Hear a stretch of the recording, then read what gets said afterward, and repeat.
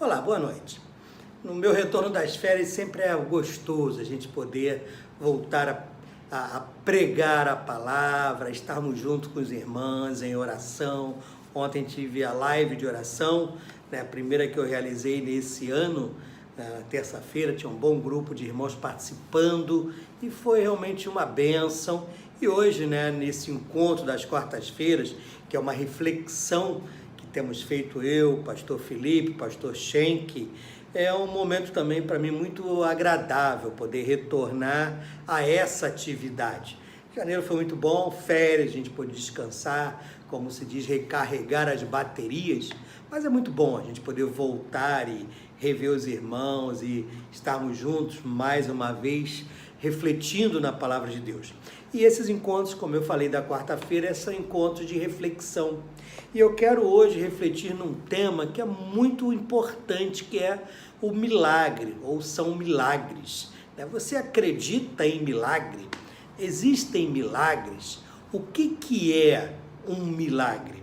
Então esse é o tema que nós vamos estar abordando hoje aqui, nesses minutos que estaremos juntos. Eu gostaria que você realmente colocasse o seu coração, estivesse com a palavra de Deus diante de você, para estarmos lendo alguns textos na palavra de Deus que apontam para milagre, um Deus que opera milagre. Tá? Eu quero iniciar agradecendo a Deus por esse dia, pela tua vida que está nos assistindo online, para que a graça e a paz de Deus esteja no teu lar. Muito obrigado, Senhor, por esta live. Obrigado pelas pessoas que estão conosco, outros que porventura venham a estar assistindo através das nossas redes sociais. Que a tua graça esteja sobre a vida de cada um desses queridos e queridas irmãos. Em nome de Jesus. Amém. Bom, quando a gente fala em milagre, nós pensamos muito em Jesus Cristo, não é? O Novo Testamento. Jesus esteve aqui na terra e operou muitos milagres. Né? Quando a gente lê as cartas de Paulo, Paulo fala em Efésios, no capítulo 3, que Deus é um Deus de milagre, Ele é poderoso para realizar muito mais, além daquilo que pedimos ou pensamos. Agora, quando nós pensamos no Antigo Testamento, que milagres vêm à sua mente? Certamente você pode pensar lá na época de Moisés, na divisão do mar, separação do mar vermelho, foi um milagre. Quando a gente pensa em Deus alimentando Israel com o maná que caía do céu, um outro milagre. Quando a gente pensa também em água saindo da rocha, também um outro milagre. E nós vemos no Antigo Testamento vários milagres acontecendo. E existe um livro, que é o livro de Reis, segundo o livro dos Reis, que conta a história de um profeta, o profeta Eliseu. Eliseu, ele era discípulo do profeta Elias. E quando Elias está para ir para o céu, Elias ele não morre, ele vai num redemoinho, naquela cena que tem todo carruagem de fogo e tal, e de repente o redemoinho leva ao céu.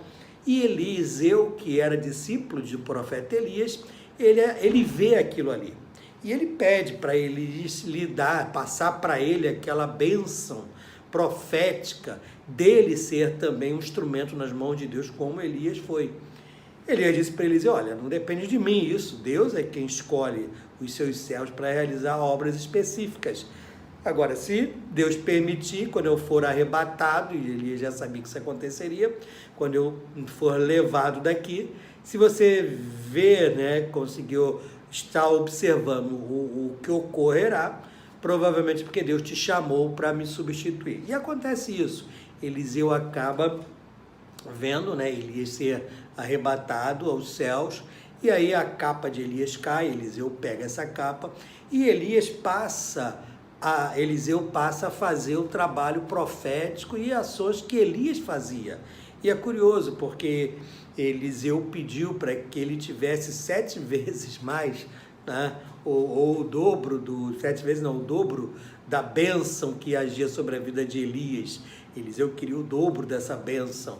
E, de fato, curiosamente, ele acabou sendo muito abençoado. E a gente vê vários milagres de Eliseu, reproduzindo alguns milagres que Elias havia feito, e dá o dobro dos milagres que a Bíblia narra de Eliseu, né? Na verdade, não eram milagres de Eliseu, eram milagres realizados por Deus na vida de Eliseu. E o texto de 2 Reis, no capítulo 6, traz a história de um milagre muito interessante, dentre vários outros que já haviam acontecido.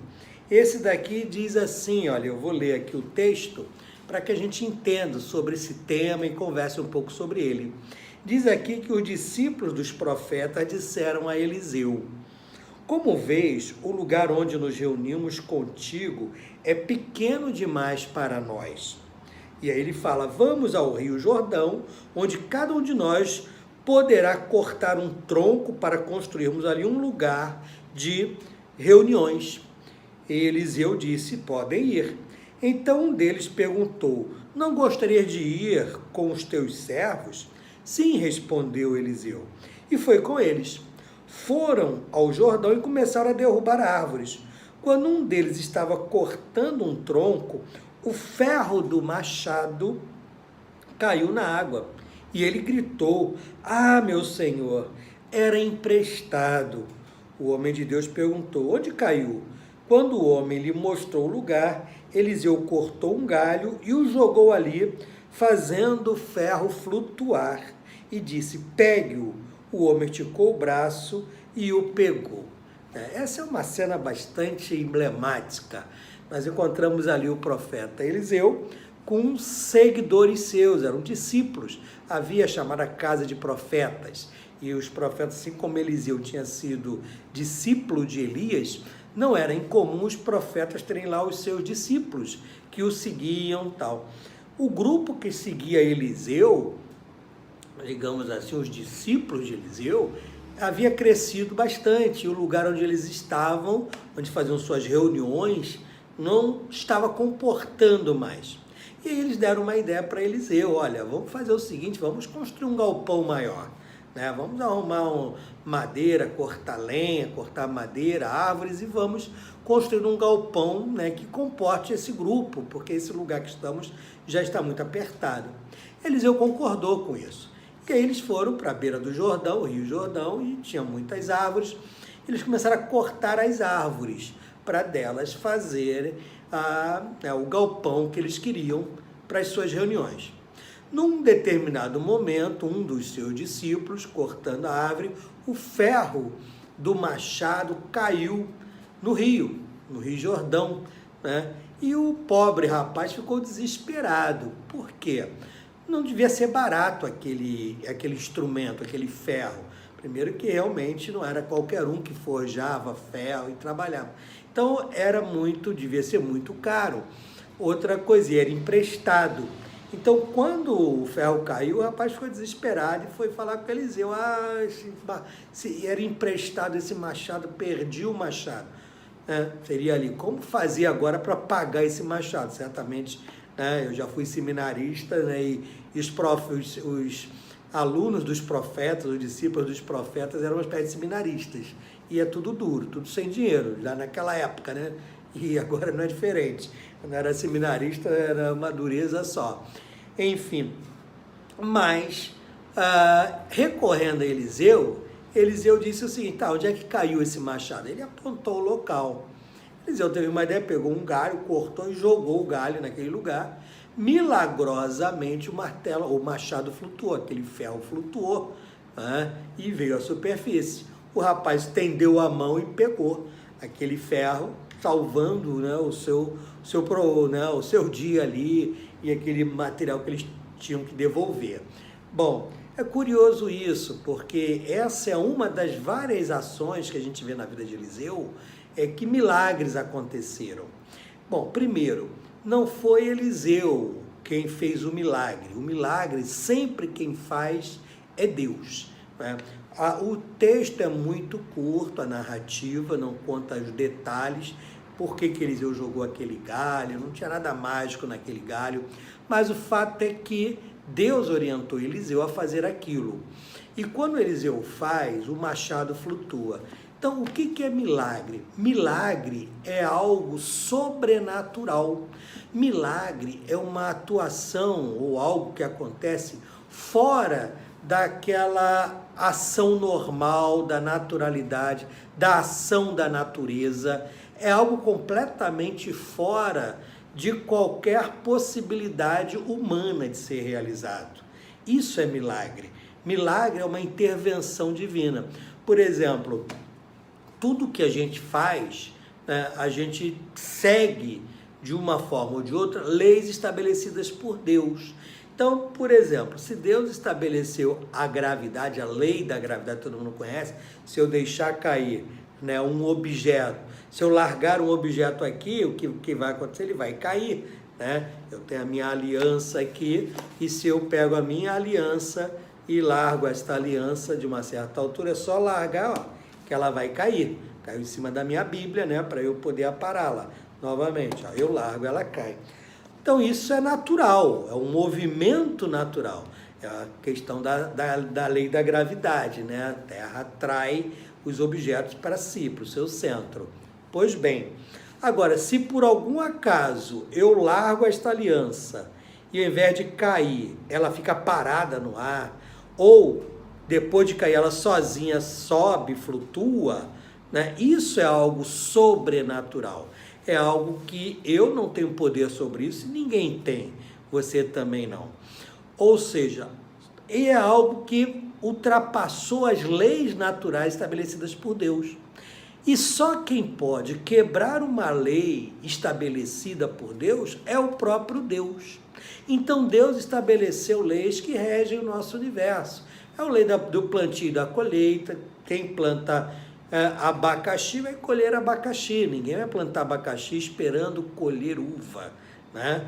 Ninguém vai plantar laranja esperando colher limão. Então é a lei natural, e a Bíblia fala sobre essa lei também do plantio e da colheita. Tudo que o homem semear, isso também ceifará. Então nós vivemos num universo inteiro que é regido pelas leis estabelecidas por Deus. O Sol está lá onde ele tem que estar, a distância da Terra tal, a Terra gira em torno dela mesma, né, num período aí de quase 24 horas, ela gira em torno do Sol ali aproximadamente um ano. Então existem leis que Deus estabeleceu e essas leis vão funcionar sempre. Se eu bater com a cabeça na parede, vou quebrar minha cabeça, vai sair sangue, vai doer, natural isso, né? Agora, quando acontece algum evento que foge do que é natural, isso sim pode ser encarado de milagre. E só quem pode estabelecer ou quem pode quebrar aquilo que é natural é Deus. Então Deus é o único que pode mudar as situações, ele pode mudar as coisas. Ele é o único que pode fazer esse machado de Eliseu flutuar. Eliseu não tem esse poder, mas Deus pode. Então, milagre é a intervenção divina na vida humana e na natureza e no universo. Então, milagre é isso, é Deus intervindo em nosso favor, por nossa causa, né? Por motivos que Ele sabe quais são e nas coisas que estão estabelecidas. Por isso que Paulo, lá no texto que lemos em Efésios, que citamos em Efésios, capítulo 3, 20... Paulo fala que Deus é poderoso para fazer infinitamente mais além daquilo que pedimos ou pensamos. Isso é que é importante. Então, quando a gente fala do milagre, a gente tem que apontar para onde? Em primeiro lugar, para Deus. É Ele quem vai realizar. É Ele quem é poderoso para fazer infinitamente mais. É Ele quem, por amor, vai agir e, se necessário, mudar leis estabelecidas por Ele mesmo. Às vezes a pessoa está com uma doença, uma enfermidade, um câncer, né, e está numa fase assim bem aguda e estranhamente faz um exame lá e desapareceu tudo. Né? É milagre. E quem fez isso? Foi médico? Não, é Deus que estabeleceu. Então, milagre é isso, é a ação de Deus. Então, eu preciso crer no Deus do milagre. É necessário, para que um milagre ocorra, que Deus haja. Não sou eu quem vou agir, é Deus quem vai agir. Então, para que um milagre aconteça, Deus, obviamente, é quem determinará o tipo de milagre, porquê, e muitas vezes a gente não entende, às vezes Deus realiza determinada situação em milagres. Tem caso do câncer, Tem muitas pessoas que são curadas milagrosamente, as outras morrem de câncer. Deus é quem determina, Deus é quem estabelece. Nós não temos esse poder sequer de convencer Deus a realizar o milagre. O que nós precisamos, e essa é o grande desafio, é buscar ao Senhor de tal maneira que entendamos a sua intervenção na nossa vida no dia a dia. E muitas vezes essa intervenção terá sim alguns milagres a serem realizados por ele, porque ele entende que precisam ser realizados, coisas precisam ser feitas. Agora, o fundamental nesse contexto de milagre é eu entender, que eu sou passivo, Deus é o ativo. Tem gente que diz, não, fulano tem uma fé tão grande, capaz de transportar montes. Jesus falou que a fé do tamanho de um grão de mostarda é capaz de transportar montes. O que Jesus quis dizer com isso? Ele não colocou o mérito na fé e nem no indivíduo. O mérito é divino. Percebe? Aí quando ele fala sobre o grão de mostarda, é justamente dizendo, olha, o mérito é de Deus, mas você precisa crer. É importante que você entenda isso. Ou seja, a tua relação com Deus vai abrir portas para que você veja milagres acontecendo. E eu vou te dizer uma coisa, Deus tem feito milagres tremendos em vários momentos que a gente nem percebe. A gente foca às vezes em coisas grandiosas, aconteceu algo assim espetacular. Gente, a vida é um dom e um milagre de Deus. Estarmos caminhando, estarmos andando, fazem parte da graça de Deus. São tudo isso certamente expressões do amor e da graça de Deus. Então, quando eu vejo aqui Eliseu sendo usado por Deus para pegar um machado e vejo aquele machado flutuando, eu vejo um Deus dizendo para aquele rapaz que nem tem nome, olha, eu te amo, eu vou resolver o teu problema. Realmente é um problema que talvez para muita gente, vou ali no mercado e compro outro machado. Naquela época, para aquele rapaz, não era tão simples assim. Mas é um Deus que olha ali para aquele rapaz e o que ele vai fazer? Ele vai usar um servo dele, que estava caminhando com ele, um servo comprometido, para que jogasse ali na água um galho, fizesse algum movimento, alguma coisa que Deus mostrasse a sua graça e a sua ação. Então, milagre é isso, não é que o Eliseu realizou o milagre, eu não realizo milagre, nem você, Deus realiza, e milagres existem.